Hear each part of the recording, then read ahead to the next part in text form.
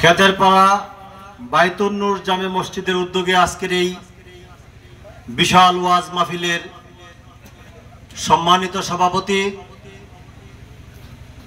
প্রধান অতিথি, বিশেষ অতিথি, মঞ্চে উপস্থিত দেশবরেণ্য আলেমে দ্বীন, মঞ্চে উপস্থিত অত্র এলাকার নেতৃবৃন্দ, মুরব্বী কেরাম, মঞ্চের সামনে পর্দার আড়ালের বোনেরা, মায়েরা, আসসালামু আলাইকুম। আমি যখন এই চেয়ারে বসি অনেকেই ভাবতেছিলেন ওসি সাহেব আবার এই চেয়ারে বসে কেন? ওসি সাহেব কি ওয়াজ করবে নাকি? ওয়াজ জানে ওসি সাহেব? ওসি সাহেব ওয়াজ করার জন্য এনে বসে নাই, ওসি সাহেব কিছু নসিহত করার জন্য এনে বসছে। ওসি সাহেব যেহেতু আপনাদের থানা এলাকার আইন শৃঙ্খলা নিয়ন্ত্রণ করে, এই আইন শৃঙ্খলা নিয়ে দু একটা কথা বলবো। আপনারা শুনতে রাজি না? রাজি না বলেন? আমার খুব কষ্ট হচ্ছে, এত বড় একটা আয়োজন, এত বড় মাহফিল, সামনে দর্শক কম।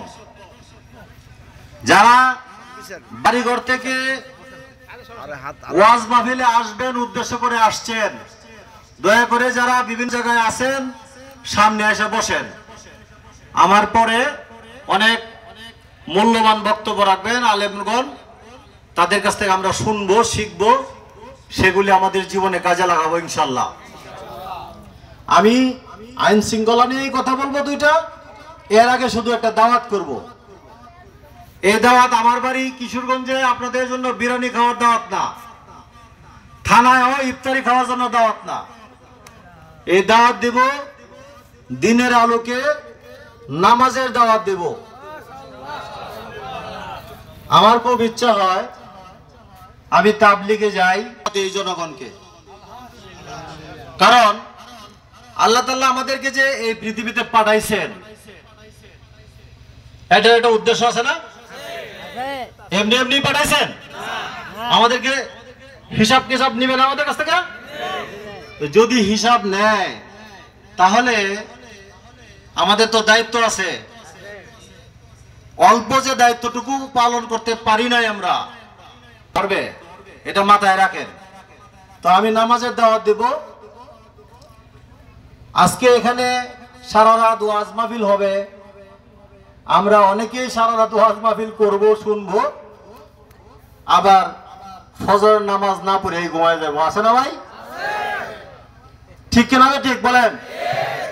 আমি কাউকে লজ্জা দেওয়ার জন্য বলতেছি না। আজকে এই সারা দিন আমাদের 5 ওয়াক্ত নামাজ আমাদের জন্য ফরজ ছিল। সবাই কি পড়তে পারছি? পারছি? এই যে একজন মুরব্বী ইনশাল্লাহ বলছে, আমিও বলছি ইনশাল্লাহ।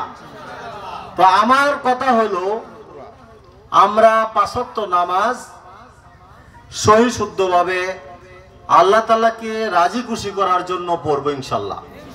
এই ওয়াদা আজকের এই মুন্সিগঞ্জ জেলার লৌহজং থানার খেতেরপাড়া ইউনিয়নের খিদিরপাড়া ইউনিয়নের খেতেরপাড়া গ্রামের এই মাহফিল থেকে আমরা শপথ নিলাম সবাই ইনশাল্লাহ।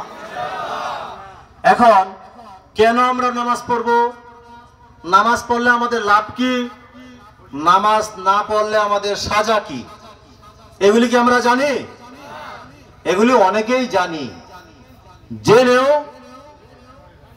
মূল্যায়ন এই করি না। এটা আরে যা মরে গেলে যা হয় হবে না, এই কথাটা অনেকেরই আছে, আছে না ভাই? মরে গেলে কি হবে এটা যদি আপনি বিশ্বাস না করেন তাহলে আপনার ঈমান নাই। আর আপনার যদি ঈমান না থাকে তাহলে সমস্ত আমলই বরবাদ। প্রথম আমল হলো আপনার ঈমান, আখিরাত প্রতি আপনাদের ঈমান থাকতে হবে, তাই না? আচ্ছা, এখন নামাজ কেন পড়ব? নামাজ পড়লে আমাদের আল্লাহ তাআলা কি কি পুরস্কার দিবেন আমি সংক্ষিপ্ত আকারে দুইটা কথা বলবো। যেহেতু দাওয়াত দিছি, দাওয়াতের লাভটা বলবো না, না বললে তো এটার দিকে ঝুঁকবেন না সবাই। বাঙালি লাভের খুব পাগল। আজকে যদি এখানে বলি এই এলাকাবাসী দ্রুত আসেন। যারা যারা 11টার ভিতরে প্যান্ডেলের ভিতরে ঢুকতে পারবেন 1000 করে টাকা। দেখেন তো জায়গা হয় কিনা, হবে? নগদে বিশ্বাসী আমরা, বাঙালি নগদে বিশ্বাসী। ভাই, যদি আখিরাতের প্রতি আপনাদের বিশ্বাস না থাকে তাহলে ঈমান নাই। ঈমান না থাকলে আপনার কিছুই নাই। তাহলে আল্লাহ তাআলা কি পুরস্কার ঘোষণা করেছেন নামাজ পড়লে? যদি কোনো ব্যক্তি সহিশুদ্ধভাবে আল্লাহ তাআলাকে রাজি খুশি করার উদ্দেশ্যে 5 ওয়াক্ত নামাজ পড়ে, তাহলে প্রথম যে পুরস্কারটা আল্লাহ তাআলা দিবে সেটা হলো রিজিকের ফয়সালা করে দিবে। এই রিজিক নিয়ে আমাদের সারাদিনের পেরেশানি। এই রিজিকের পিছনেই সারাদিন দৌড়াইতেছি। কেউ অস্বীকার করতে পারেন রিজিকের বাইরে কেউ দৌড়াইতেছেন না? তাহলে রিজিকের ফয়সালা করে দিবে নামাজি ব্যক্তিকে। পাশাপাশি জীবনের সংকীর্ণতা দূর করে দিবে। আমি যদি এই জীবনের সংকীর্ণতা নিয়ে আলোচনা করি 2 ঘন্টা কথা বলা যাবে। জীবনের সংকীর্ণতা কাহাকে বলে আমি দূরে যাব না, 2-1টা উদাহরণ দিতেছি। এই যে আলু লাগাইছেন না সবাই, ভালো ফলন হবে ইনশাআল্লাহ আশা করি। সেই ফলন উঠার আগেই একটা দুর্যোগ আসলো, আয়সা আপনার ফলন নষ্ট করে দিল। এটা একটা জীবনের সংকীর্ণতা। আপনার ঘরে বিবাহিত যোগ্য একটা মেয়ে আছে, বিয়ে দিতে পারতেছেন না, পেরেশানি। এটা জীবনের সংকীর্ণতা। আপনার ছেলে বিদেশে পাঠাইছেন, বৈধভাবে পাঠাইছেন, কোনো কারণে ওখানে যায় অবৈধ হয়ে গেছে, সে গ্রেপ্তার হয়েছে, ওখানে জেলখানায় আছে। এইটা আপনার জীবনের সংকীর্ণতা। এরকম সংকীর্ণতার কোনো অভাব নাই। সংকীর্ণতা দূর করে দিবে যদি আল্লাহ তাআলা কে রাজি খুশি করার জন্য আপনি নামাজ পড়েন। এটা বিশ্বাস করেন? এটা বিশ্বাস করেন। বিশ্বাস করলেই ঈমান মজবুত হবে, ঈমান ভালো থাকবে। প্রথম পুরস্কার রিজিকের ফয়সালা করে দিবেন এবং জীবনের সংকীর্ণতা দূর করে দিবেন। এটা হলো দুনিয়ার পুরস্কারের কথা বললাম, তাই না? দ্বিতীয় পুরস্কার থেকে সবাই পানা চাই, সেটা হলো কবরের আযাব মাফ করে দিবেন। কবরের আযাব মাফ চান না কে কে বলেন? সবাই চান? তাহলে আল্লাহর কাজ করতে হবে না?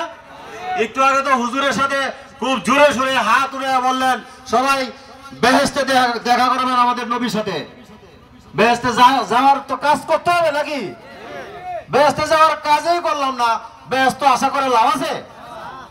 বেহেশতে যাওয়ার কাজ করতে হবে। তাহলে দ্বিতীয় পুরস্কার আল্লাহ তাআলা আমাদেরকে কবরের আযাব থেকে মাফ করে দিবেন। তৃতীয় পুরস্কার আল্লাহ তাআলা ফুলসিরাতের ফুল বিদ্যুতের ন্যায় পার করে দিবেন। ফুলসিরাতের পুল, পুল তো বুঝেন নাকি? ব্রিজ। এটা এই যে একজন বলতেছিল চুলের ন্যায়। একটা চুল যতটুক থিকনেস মোটা,